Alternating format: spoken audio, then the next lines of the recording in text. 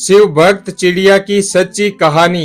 एक गौरैया पक्षी का जोड़ा एक बड़े से शिव मंदिर के पास स्थित एक पेड़ पर रहते थे और उस शिव मंदिर में जब भी पूजा होती और सुबह शाम जब भी आरती होती तो वे दोनों पक्षी, वे दोनों चिड़िया उस मंदिर में आते और भगवान शिव की आराधना करने लगते और घंटों तक बैठे बैठे भगवान शिव की भक्ति में लीन रहते।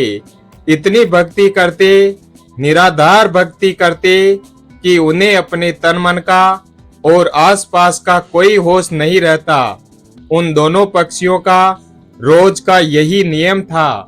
सुबह शाम जब भी मंदिर में घंटी बजती, आरती होती, तब वे पक्षी उस मंदिर में पहुंच जाते और भगवान शिव की आराधना करने लगते।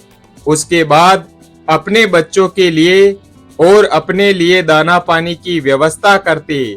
उन दोनों पक्षियों का यही रोज का नियम था और उस मंदिर के बगल में थोड़ी ही दूर पर एक बूढ़ी माँ का घर था। उस बूढ़ी माँ के कोई संतान नहीं थी। उसके आगे पीछे कोई देख रेख करने वाला उसका कोई नहीं था।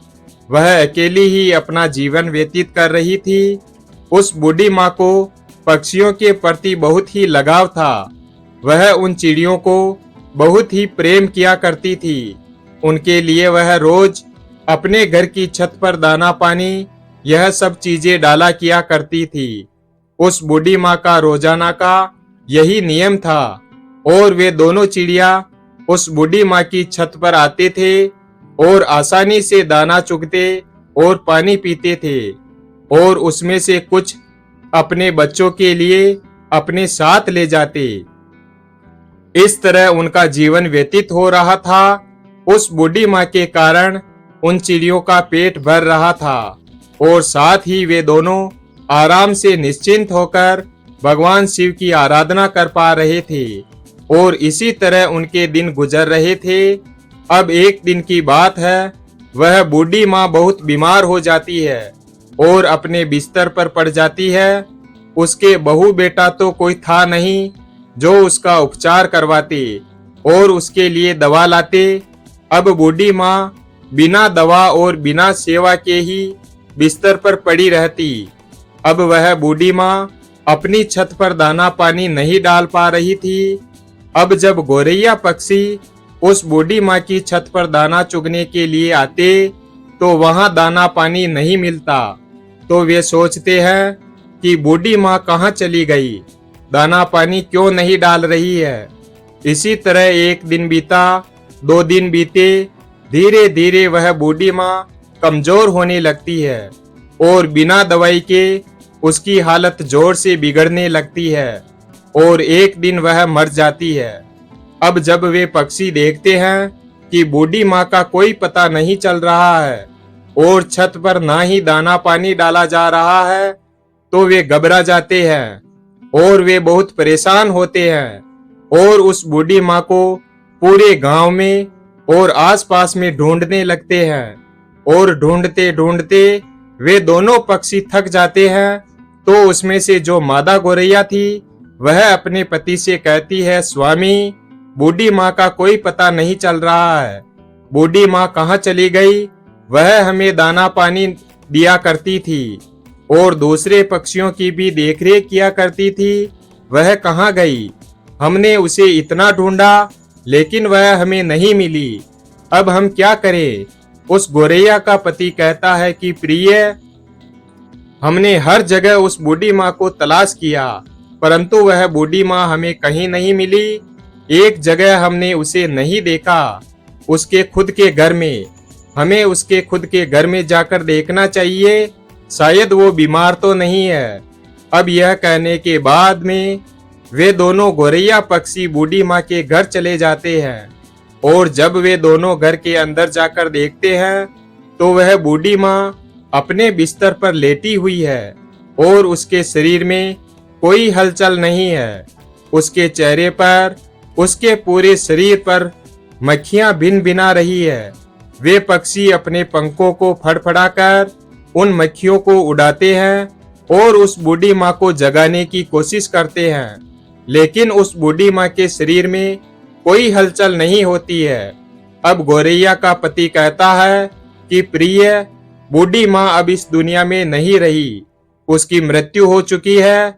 यह देखने के बाद दोनों पक्षी बहुत ही उदास हो जाते हैं और उन्हें इस बात का बहुत दुख होता है। अब उन दोनों को दाना चुगने के लिए दूर दूर तक जाना पड़ता है। अब इसी तरह से शाम हो जाती है और जब शाम को भगवान शिव के मंदिर की घंटी बजती है और आरती होने लगती है, तो दोनों पक्षी उस मंदिर में पहुंचते हैं और एक पैर पर खड़े होकर भगवान शिव की निराधार भक्ति करने लगते हैं। भगवान शिव का जप करने लगते हैं। 1 घंटा बीता, 2 घंटे बीते, इसी तरह से बहुत लंबा समय बीत जाता है और इस तरह से बिना खाए पिए लगातार भगवान शिव की भक्ति करते रहते हैं। ऐसा करते करते 1 महीना बीत जाता है। उन पक्षियों ने भगवान शिव की भक्ति करना नहीं छोड़ा और भगवान शिव की भक्ति करते रहे। यह देखकर भगवान शिव बड़े ही प्रसन्न होते हैं और उन पक्षियों को साक्षात दर्शन देते हैं और कहते हैं, हे गौरैया, तुम्हें क्या चाहिए? तुम जो भी मांगोगे वो मैं तुम्हें दूंगा। मैं तुम्हारी भक्ति से बहुत प्रसन्न हूँ। छोटी सी जान होते हुए भी तुमने अपनी क्षमता से बाहर मेरी निराधार भक्ति की है, इसलिए मैं तुम पर प्रसन्न हूँ। तुम जो भी मांगोगे मैं तुम्हें वो दूंगा। तब गौरैया ने कहा, हे प्रभु, हमें कुछ नहीं चाहिए, हमें बस एक चीज चाहिए। आप हमारी उस बूढ़ी माँ को, उस पुण्यात्मा को फिर से उसे जीवित कर दीजिए। हमारी बस यही इच्छा है। भोलेनाथ ने कहा, हे पक्षियों, यह सृष्टि का नियम है। जो भी प्राणी अगर जन्म लेता है तो वह मरता है, इसलिए जो मर गया वो दोबारा कैसे जीवित हो सकता है? मैं इस सृष्टि में कैसे बाधा बन सकता हूँ? तुम और कुछ मांग लो। तब उस चिड़िया ने कहा, नहीं महादेव, हमें और कुछ नहीं चाहिए, हमें बस हमारी वो बूढ़ी माँ ही चाहिए और कुछ नहीं। आप हमें हमारी बूढ़ी माँ को वापस लौटा दीजिए। तब भोलेनाथ ने कहा, पक्षियों, अब बूढ़ी माँ का शरीर गल चुका है, उसमें से कीड़े निकलने लग गए हैं, उसका शरीर पूरी तरह से नष्ट हो चुका है, तो उसमें मैं कैसे प्राण डाल सकता हूँ? तब वे दोनों पक्षी, दोनों पति पत्नी भगवान शिव से हट करने लगे और कहते हैं, हे प्रभु, आपने हमें वचन दिया था कि जो भी तुम मांगोगे मैं तुम्हें दूंगा, तो प्रभु आप अपने वचन से पीछे हट रहे हैं। हे महादेव, आप अपने वचन से फिर नहीं सकते। तब भगवान शिव ने कहा, हे पक्षियों, तुम्हारे हट के आगे मैं विवश हूँ और अपने वचन के आगे। इस प्रकार भोलेनाथ ने उस बूढ़ी माँ के शरीर को सही किया और उसमें प्राण फूंक दिए। अब इस प्रकार वह बूढ़ी माँ फिर से जीवित हो गई।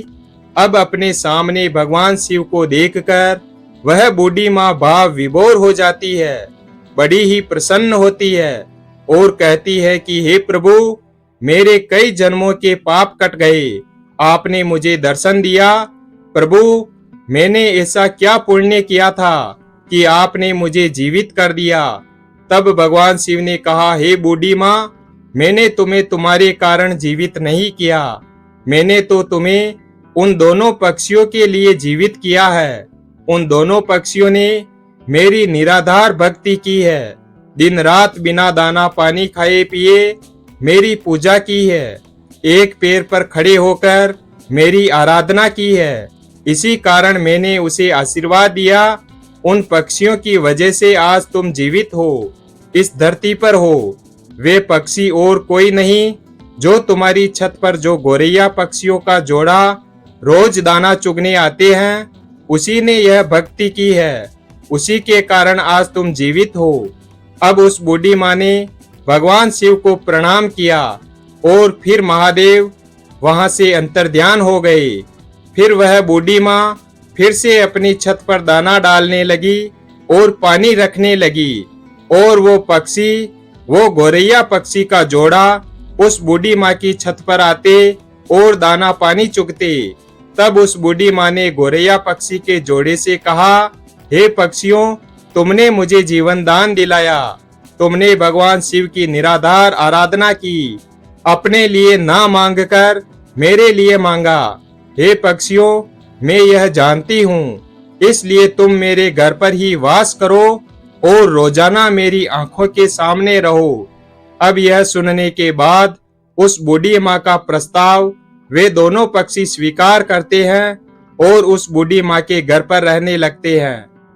इस प्रकार दिन बीतने लगे और उस बूढ़ी माँ की चर्चा आसपास के गांव में फैलने लगी कि एक बूढ़ी माँ है जो मरकर भी जीवित हो गई और उसमें अजीब सी शक्ति आ गई। अब इस तरह से उस बूढ़ी माँ के पास धीरे धीरे करके दुखी आदमी उसके पास आते और अपने दुख दर्द का कारण बताते और भगवान भोलेनाथ के नाम पर पूजा पाठ करा दिया करते। तब उन लोगों का दुख दर्द दूर हो जाया करता। धीरे धीरे लोग ठीक होने लग गए। अब उस बूढ़ी माँ की चर्चा दूर दूर तक फैलने लगी। अब दूर दूर से लोग उस बूढ़ी माँ के पास अपना इलाज कराने के लिए, अपने दुखों को दूर करने के लिए आया करते। अब इस प्रकार से बहुत दिन बीत जाते हैं। वह बूढ़ी माँ उस स्थान पर उसी जगह समाधि ले लेती है। आज उस समाधि स्थल पर उस बूढ़ी माँ का एक भव्य मंदिर है। वह मंदिर गुजरात में स्थित है। चिड़िया वाली बूढ़ी माँ के नाम से वह मंदिर जाना जाता है। उस मंदिर पर आपको गोरैया पक्षी का जोड़ा हमेशा देखने को मिलेगा और उस मंदिर की बहुत दूर दूर तक ख्याति है। लोग कहते हैं कि किसी को भी कोई भी तकलीफ रहती है, कोई शारीरिक मानसिक कष्ट रहता है, कोई रोगग्रस्त होता है, तो वहां जाने पर, भक्ति करने पर, पूजा पाठ करने पर वह उस तकलीफ से मुक्त हो जाता है। उस गोरैया पक्षी के जोड़े ने अपनी अखंड भक्ति से कैसे उस बूढ़ी माँ को जीवित कर दिया और वह बूढ़ी माँ लोक कल्याण करने लगी। वीडियो अगर पसंद आया हो तो वीडियो को लाइक और हमारे चैनल शिव भक्त को सब्सक्राइब करें और अपने दोस्तों के साथ शेयर करें। धन्यवाद। और कमेंट बॉक्स में हर हर महादेव अवश्य लिखें और कमेंट करके बताएं वीडियो कैसा लगा आपको।